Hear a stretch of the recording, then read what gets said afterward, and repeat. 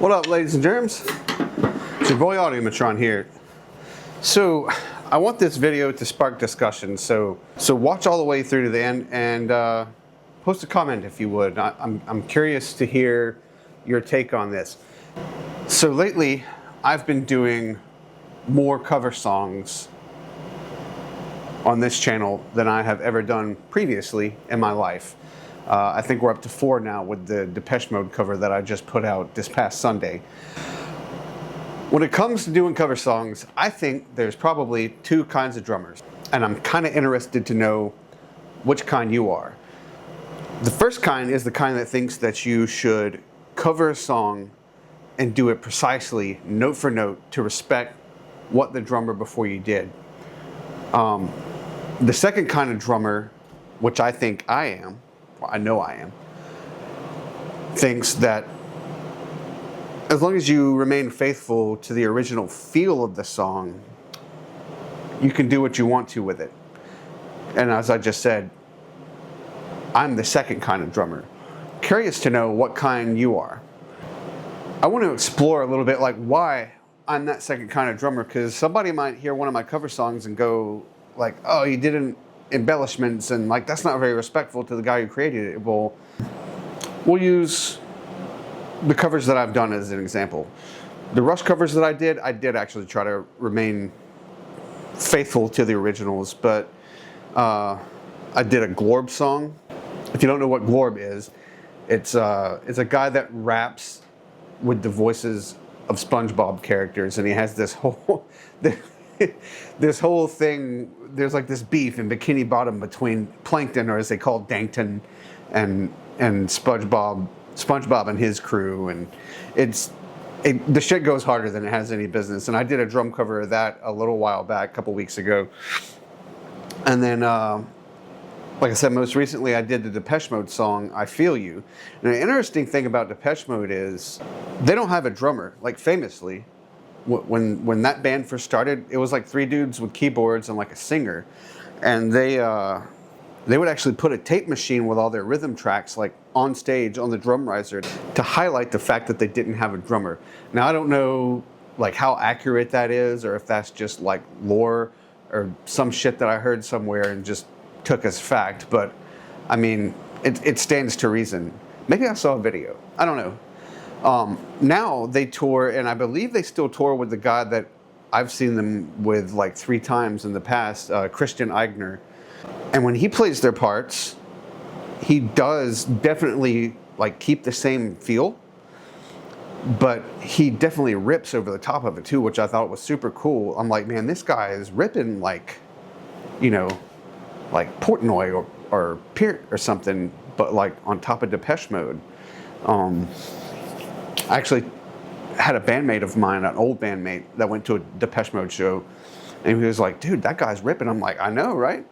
So when I did the Depeche Mode cover to a song, I Feel You is a song that I did. It was off their Songs of Faith and Devotion album. As far as I could tell, all the drums on that whole album are programmed. There may be like some with real drums. Maybe they all had them, but as far as I can tell, it's programmed because it's like very repetitive. And so as a drummer who's trying to play that song, or to like even imagine myself in the shoes of somebody who would be drumming live to that song, what do? Do I play the programmed drum part exactly as it is, or do I add my own shit? Well, if you want an answer to that, go watch the video. I added my own shit, but I did try to keep the structure the same. I tried to listen, you know, to what the bass drum was doing. There was parts where like there was clearly like a heavier hit at the beginning of, we'll say like every 8 measures, like the 1, boom, like a heavy downbeat. And so I made sure to like do that on the floor tom where it was appropriate. But then where I added my own embellishments was like, I think there are some parts, I think if you listen closely, maybe the whole song is like on ride cymbal, but there were some parts to me that felt like they needed to be on the hi-hat. And also I think there's an electronic hi-hat through the whole song. So there were parts where I wanted to pick up that feel, and then there aren't really anything in the way of fillers the whole song. So I added my own fillers that felt good, that felt like they punched up the right parts or transitioned into parts naturally without getting in the way of the singer, which, you know, if you're a Depeche Mode fan, like, it's the word, just Dave's voice, you know, it's Dave's voice and the synthesizers that we want to hear. So I did do what I could to try to stay out of the way, but still like bring my own hand to it.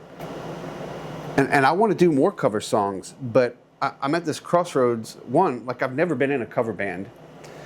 I've actually said the words, I would rather be killed than be in a cover band, which I'm kind of going back on now. Like, I actually, if there's a cover band out there that wants me, I'd like to take a stab at it. I've actually found some utility in playing cover music. But I want to do more cover songs on this channel. Not too many. Like, I don't want to get so heavy with it where that's like my main content, because my main content here is like gear and like creative process stuff, you know. But I don't want to piss somebody off by like fucking up, you know, one of their favorite songs on drums and have people going like, oh, you should have done it this way or this way. I'm all about the creative process. That's why I've never been in a cover band. To me, there's nothing creative about that, right? But being in a band that plays all originals, that's all it is creating, and that's all I've ever done. Like, the band from when I was in high school, me and my buddy Chris Ray had a band together. We were called the Quality Wannabes, and we made up our own shit. And then later, me and my buddy Mike Irwin had a band that was called We Eat Crayons, and I think we ultimately ended up being called the Pseudo Pimps when we joined with my buddy Keith, and then later became Axiom. Ironically, my current band is called Axiom of Maria. No relation there, but we made our own stuff, you know. And my current band, Axiom of Maria, with Nick Knuth and Steven Simmons, we make our own stuff. Now, the downside of that is extremely hard to get gigs. Like, nobody wants to hear our shit. And if I want to guarantee nobody watches a video on this channel, all I got to do is play an Axiom of Maria song. Nobody knows who we are. They don't want to hear it.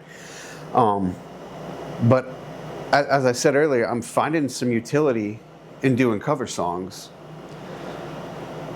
because it's making me look at grooves and stuff that I may not have looked at before. And also, like, playing along to Depeche Mode is just as good as playing along with a metronome, because you know they used a sequencer in the studio and everything's quantized. And man, their grooves feel so good to play along with. But it's like playing with a metronome, but more interesting than just tick, tock, tock, tock, tick, tock, tock, tock, you know. And so I feel like I'm giving my time sense a nice workout or some nice training while still doing something that's interesting. But if I do covers, I'm going to want to add my own stuff. You know, if I got hired for like a country gig or a pop gig, I'd be fired fucking immediately, because they'd be like, yeah, dude, you need to stop all that shit. Like, there's no room for that. Get the hell out of the way or leave, right? I feel like that's probably what would happen. Like, case in point, I'm not a big country music fan, but like watching this YouTuber named Molly Rose has kind of like inspired me to look at some of that stuff. And I think back to my early days before I got into rock music. I liked country, and I liked this song called Boot Scootin' Boogie by Brooks and Dunn, who are like a super famous country band. And the other day when I was playing along to covers, I played along to that song, and it's like like a kind of like a country shuffle. And while I was able to like mostly calm down and stay with it, like, the fillers are just so boring in that kind of music. Like, I wanted to do something lively and interesting and energetic. And I feel like while I was playing along with that, maybe I'll do a cover of that one, but I feel like when I was playing along with it, I still did something that was respectful of the original, but like my own version. So I guess I want to know, like, what are your thoughts, especially on a platform like YouTube? Like, I could see if I was in a cover band, like, maybe they would want me to like get the hell out of the way and like play the thing exactly how it's supposed to be played. And it's not that I'm incapable, like mentally, I wonder sometimes. But if I really wanted to, I could play most of this stuff note by note. But like, what are your thoughts? Like, especially on YouTube. Like, if you watch a cover video, like, do you want to see like somebody do the real thing? Because sometimes I do. Like, if I'm trying to actually figure out like a Dream Theater song or something, I'll go watch. Or a funny thing about them in a second, but I'll go watch a video and like, so I can see how it's done. I've watched videos of Portnoy doing his own stuff, and he doesn't even do it like he does on the record. So what does that say, right? Neither does Stuart Copeland. I watched a Police concert video, and he didn't do his stuff the same way that he did it on the record either. So what does that say? Or would you rather see somebody bring their own hand, their own experience, their own sensibilities to the table when performing these songs? Let me know. You know, let's get a healthy discussion down in the comments. Just remember, like and subscribe, and if there's any kind of content you want to see on this channel, let me know. But yeah, let's have a talk about this stuff. This should be interesting. I've never been much of a cover dude, but I'm kind of finding it to be helpful. But you know, I want to be respectful while doing it. See ya.